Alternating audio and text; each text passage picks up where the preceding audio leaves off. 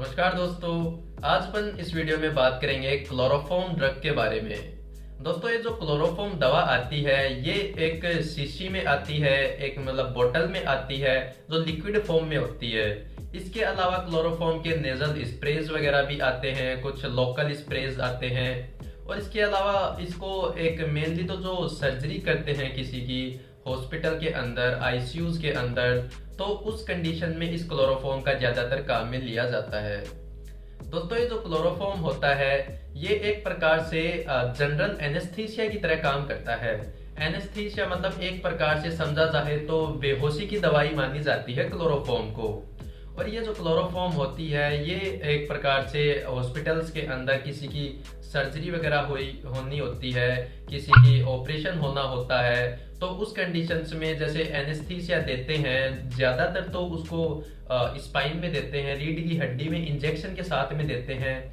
लेकिन ये जो क्लोरोफॉर्म होता है ये ज्यादातर फेस के मास्क लगा के एक प्रकार से भाप की तरह दी जाती है और नेजल के थ्रू इसकी भाप बनती है, जो जैसे ही इनहेल करता है पेशेंट, सूंघता है क्लोरोफॉर्म को, तो उसी के साथ में पेशेंट को धीरे धीरे नींद आने लगती है और एनेस्थीसिया के अंदर चला जाता है। उसके बाद में उसकी सर्जरी एकदम सक्सेसफुली कर दी जाती है ताकि उसको कुछ पेन के दर्द का सेंसेशन नहीं हो या फिर कुछ अलग कोई अल्टर्ड कॉम्प्लिकेशंस वगैरह नहीं हो सर्जरी के दौरान। तो उस कंडीशन के लिए क्लोरोफॉर्म एक प्रकार से एनेस्थीसिया के रूप में काम में लिया जाता है। ये जो क्लोरोफॉर्म होता है ये स्प्रेज के रूप में भी आता है, लोकली, जैसे कभी कुछ पेशेंट्स होते हैं जैसे किसी के इंजेक्शन साइट से दर्द होता है, इंजेक्शन लगाने से दर्द होता हो, उनके बहुत नाजुक स्किन हो, तो उस कंडीशन में वो स्प्रेज वहां पे लगाते हैं तो कुछ देर के बाद में वो स्किन भी सुन्न पड़ जाती है। इसके अलावा दोस्तों, ये जो बोतल में क्लोरोफॉर्म आती है तो जो लिक्विड फॉर्म में आती है, तो इसका यूज आप काफी मूवी सीरियल्स में भी देखे होंगे, जैसे कपड़े पे डाल के लिक्विड और किसी को इनहेल करवाते हैं, नोज से सूंघवाते हैं उनको, तो तुरंत वो बेहोश हो जाते हैं। तो उस कंडीशन में ये जो बोतल आती है ये लिक्विड फॉर्म में एक प्रकार से एनेस्थीसिया का ही काम करती है और मेडिकल प्रोफेशनल प्रैक्टिस के लिए इसी को हमेशा काम में लिया जाता है। जैसे लोकल सर्जरीज वगैरह करनी हो, किसी के डेंटल रिमूवल, दांत वगैरह रिमूव करना हो, या फिर और भी काफी पर्पज हो सकते हैं एनेस्थीसिया देने के, तो उस कंडीशन में ये क्लोरोफॉर्म जो दवा है ये काम में ली जाती है। दोस्तों, ये जो एनेस्थीसिया दवा होते हैं इनके काफी दुष्प्रभाव देखने को मिलते हैं, काफी साइड इफेक्ट्स देखने को मिलते हैं।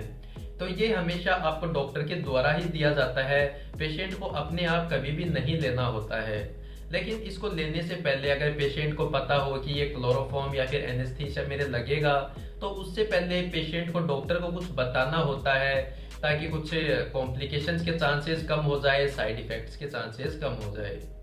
अगर दोस्तों कोई पेशेंट है वो डायबिटिक है, शुगर की बीमारी है उनको, तो वो डॉक्टर को पहले ही बता दे कि मेरे शुगर की बीमारी है, तो उसी हिसाब से क्लोरोफॉर्म को यूज में लिया जाए, क्योंकि ये जो क्लोरोफॉर्म होता है बॉडी के अंदर ग्लूकोज के लेवल को इंक्रीज कर देता है, जिसकी वजह से डायबिटीज के चांसेस इंक्रीज हो जाते हैं।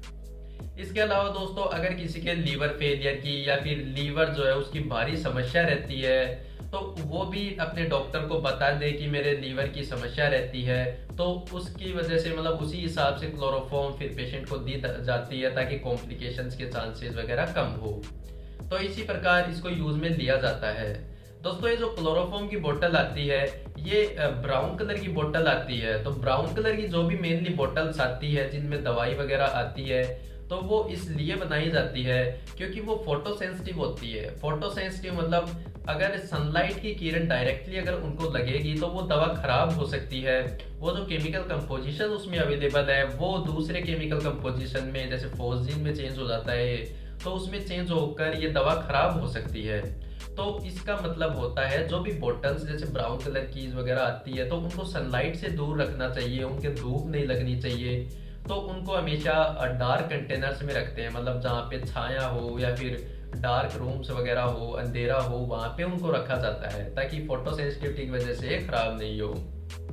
दोस्तों, अगर कोई पेशेंट है जो पहले अगर क्लोरोफॉर्म लिया हो या फिर पहले एनेस्थीसिया उनको क्लोरोफॉर्म का दिया हो और अगर देते ही उनके पूरे शरीर में जैसे हाइपर सेंसिटिविटी रिएक्शन आ गई, सांस लेने में बहुत ज्यादा दिक्कत आ गई, हाथ पैर पूरे सूज गए, लाल हो गए।